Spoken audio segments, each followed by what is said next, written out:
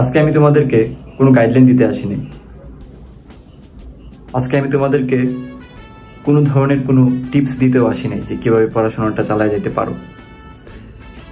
আমি নিজে একজন বিশ্ববিদ্যালয়ের স্টুডেন্ট হিসেবে অনেক বেশি লজ্জিত, এবং এই বাংলাদেশের একজন নাগরিক হিসেবেও আমি তার থেকেও বেশি লজ্জিত। আমি নিজে বিশ্ববিদ্যালয়ে সেফ না, আমার ভাইরা সেফ না। আমাদের ভাই বোনদেরকে রাবার বুলেট একদম খালি মাঠের মধ্যে ছুঁড়ে হত্যা করা হচ্ছে, নৃশংসভাবে হত্যা করা হচ্ছে। সবাই বিশ্ববিদ্যালয়ের স্টুডেন্ট, তো সেই জায়গাটাতে আমি নিজেও সেফ না। তোমাদেরকে আমি কোন মুখে বলবো যে তোমরা বিশ্ববিদ্যালয়ের জন্য পড়াশোনা করো, বিশ্ববিদ্যালয়ের স্বপ্ন দেখো? কারণ সেই স্বপ্নটা আজকে কাল রূপে ধারণ করতেছে। এই যে আমাদের অনেক ভাই মারা গেছে, তাই না? তারাও তো একসময় অনেক বেশি মেধার জোর খাটে, অনেক বেশি পরিশ্রম করে বিশ্ববিদ্যালয়ে চান্স পাইছে, তাই না? কত স্বপ্ন, ফ্যামিলির থেকে শুরু করে আত্মীয় স্বজন, তার নিজের কত স্বপ্ন ছিল। জাস্ট একটা গুলির বুলেটের মাধ্যমে তার জীবনের সব কিছুর সমাপ্তি ঘটে গেল।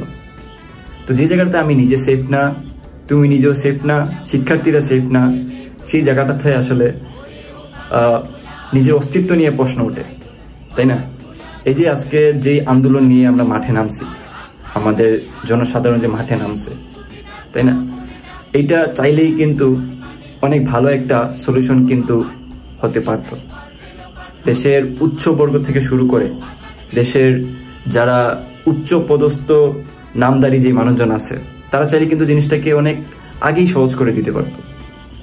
কই, তারা তো সেটা করে নাই, তাই না? তারা এই দিনেরই অপেক্ষায় ছিল যে অনেক বেশি স্টুডেন্টদের রক্ত ঝরবে, কোমলমতি শিক্ষার্থী যারা আছে তাদের বুকে বুলেটের ছিদ্র থাকবে। এই যে রক্তর যে রণক্ষেত্র, এটা দেখার জন্যই তারা আসলে অপেক্ষা করতেছিল, এবং সেটা তারা সফল। তা আমি তোমাদেরকে আমার এই লজ্জার জায়গা থেকে তোমাদেরকে আমি বলবো যে এই স্বাধীন দেশে বাস করতে হলে নিজের শির দ্বারা উঁচু করে বাঁচতে হবে। আমি নিজেও আমার নিজের জানমাল সম্পর্কে সন্দিহান।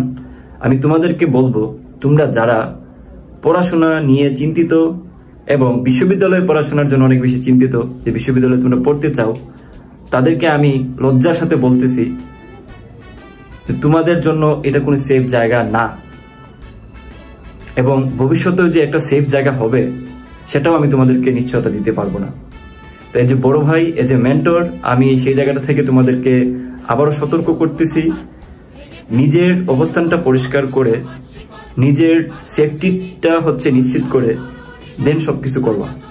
কারণ তুমি আজকে মারা গেলে এই রাষ্ট্র আসলে তোমার দায়িত্ব নিবে না। এই রাষ্ট্রর কেউ তোমার প্রতি কোনোভাবেই কোনো ভালো মনোভাব পোষণ করবে না।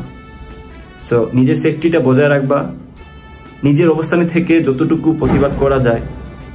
আমি বলতেছি না তুমি অন্যায়ের প্রতিবাদ করবা না, ডেফিনেটলি করবা। অন্যায়ের প্রতিবাদটা নিজের সবকিছু ঠিক রেখে করবা। কারণ আজকে তুমি মারা গেলে ওই আমাদের অন্যান্য ভাইদের মতো তোমার পরিবার আহাজারি করবে, তোমার ফ্যামিলির মানুষজন হয়তো একটা পরিবারের যে চাবিকাঠি তাকে হারাবে, এর ঊর্ধ্বে আর কিছুই হবে না। তো তোমাদেরকে আসলে আমি অনেক কিছু বলতে চাইছি, অনেক কিছু বলার ইচ্ছা হয়, কিন্তু সবকিছু চাইলে বলা যায় না। আমি তোমাদেরকে জাস্ট এই মেসেজটা দিতে চাই, জায়গা থেকে নিজের অবস্থানটা ক্লিয়ার করে নিজের সত্তা থেকে সাপোর্ট করো, এবং নিজের পক্ষ থেকে যা কিছু করা সম্ভব উইদাউট ভায়োলেশন সেগুলোই করো। তোমরা ফেসবুকে কারোর নাম ইন্ডিকেট করে, কোনো অমুক কিংবা তমুকের নাম ডাইরেক্ট ইন্ডিকেট করে তোমরা কোনো কিছু বলতে যাবেন, এটা একটা অনুরোধ থাকলো আমার। কারণ আমরা সাধারণ জনতারা আসলে গুলি খায়া মারা যাওয়া ছাড়া আমাদের আর কোনো উপায় নাই। তাহলে কি আমরা কাপুরুষ নয়? আমরা কাপুরুষ না। আমাদেরকে লড়তে জানতে হবে, আমাদেরকে টেকনিক খাটিয়ে চলতে হবে, তাই না? সো যাই হোক, আমি নিশ্চয়ই যা বলতে চাই সেটা হয়তো বলতে পারি নাই। শুধুমাত্র তোমাদেরকে কিছু একটা বলার ইচ্ছা হয়েছে দেখে আমি আসতেছি অনেকদিন পরে। আমি খুবই লজ্জিত তোমাদের কাছে। এই দেশটা আসলে আর নিজের বলে মনে হয় না, নিজেকেই আসলে রোহিঙ্গা বলে মনে হয়।